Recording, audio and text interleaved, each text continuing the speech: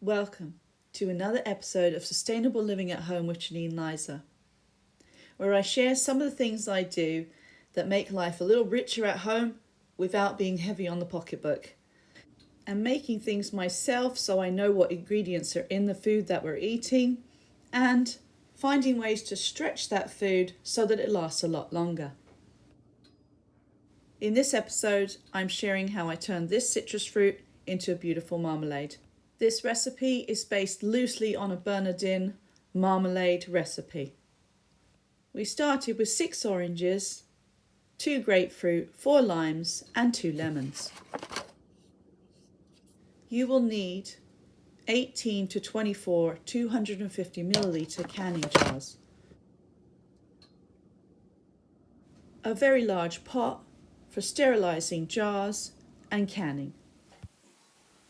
We started by slicing all of the citrus fruit in half.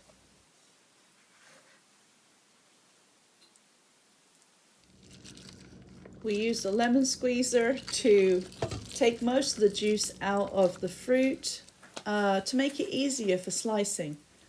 All of this juice and the pulp is going to be saved in a bowl to go back into the marmalade later.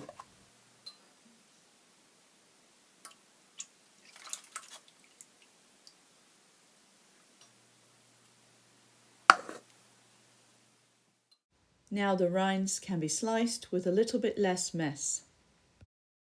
These are sliced thinly, maybe 1/8 of an inch or a little bit thicker, and then they're chopped again into even smaller pieces.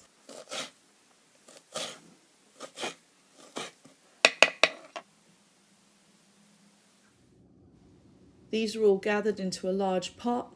Once they're chopped up, they should only take up about 1/4 of the space in the pot. That's how large a pot you need. Now we add 6 cups of water and the juices of the fruit. We're going to sift these so that the pulp and the seeds are separate for now.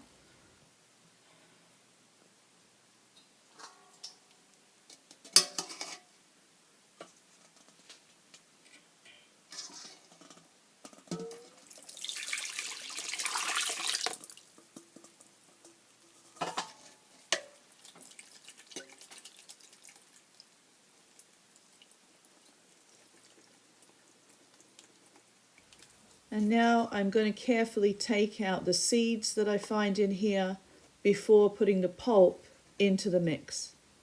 I don't want to waste anything, but I have to take these seeds out. Then this pot goes onto the stove and is brought to a boil.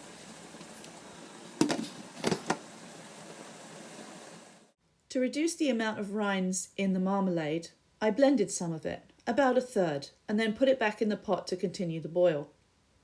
This is where you can decide if you'd like to puree it all and have a smooth marmalade, or if you'd like to have rinds. Now the citrus is simmering on the stove, it's time to acclimatize your jars to the hot water. What I like to do is just slowly dip the jars in, let a little bit of water get inside, swirl it around a little bit, and just acclimatize them to the heat so there isn't just a sudden change for them. I did learn the hard way not to put the jar in too quickly, causing the water to splash up at me. So that's something to remember. These jars will stay in the water will come back to a boil, and they'll continue to simmer until the jam is ready. Okay, so now for the shocking part. While it's still simmering on the stove, we are stirring in here 2 kilograms of sugar. But keep in mind, you are making 18 to 24 small jars of jam, and jam is eaten very sparingly. The sugar actually helps to balance out the bitter flavour of the citrus, and also it helps to solidify the jam. At this point you could add any spices or flavours that you'd like to personalise the taste. I did also add 1 packet of pectin just as a backup. However, if you want to reduce the sugar, you could add more pectin.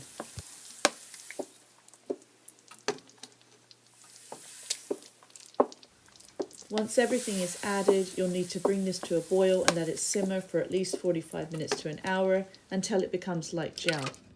While I'm carefully bringing the sugar in the mixture to the boil and stirring regularly, I've also removed the jars from the canner and placed the lids in so they can be sterilized and the rubber could be softened. I've also sterilized the ladle and the funnel for the pouring. Here we are removing the froth from the top of the mixture.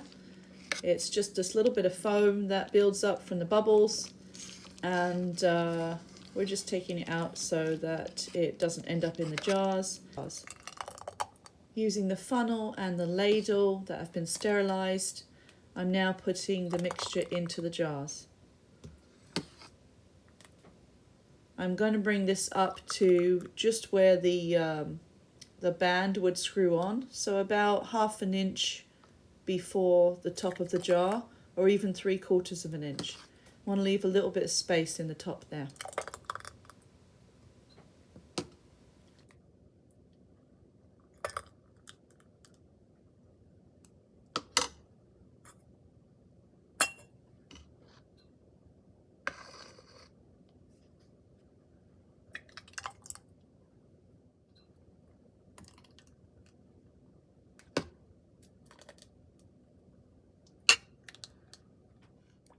Almost done, and it looks delicious.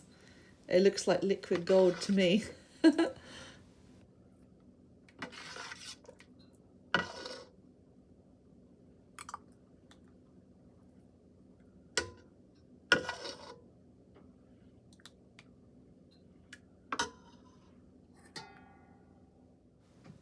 These are the first 12.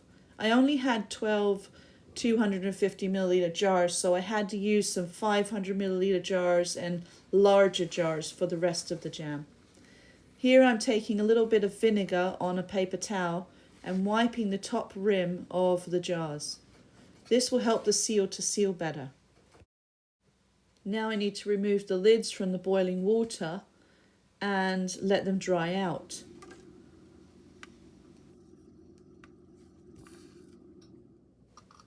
These lids will go on the jars, and then when we put the band on, we have to gently twist it on, but only fingertip tight. So these can't go on too tight.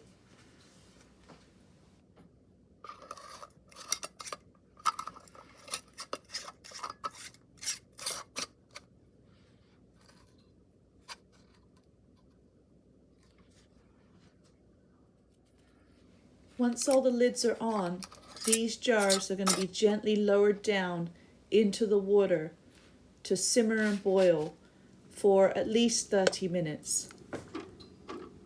This is a water bath method. I did put the lid on the pressure canner, but only because on this stove it's really hard to bring the temperature up in this pot without putting on the lid.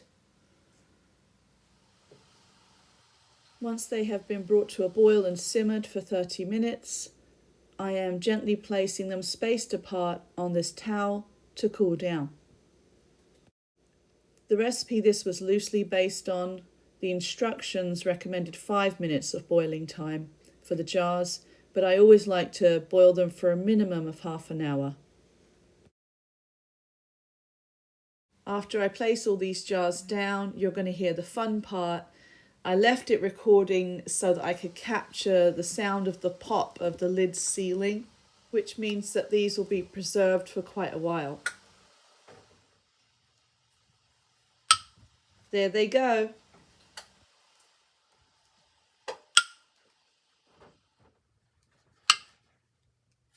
I cropped the video so you just hear these popping.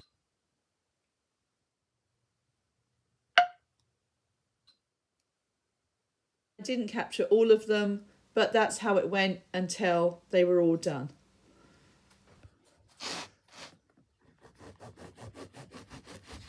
As with my jam, I can't let the little bits on the saucepan go to waste, so I'm going to give this a taste.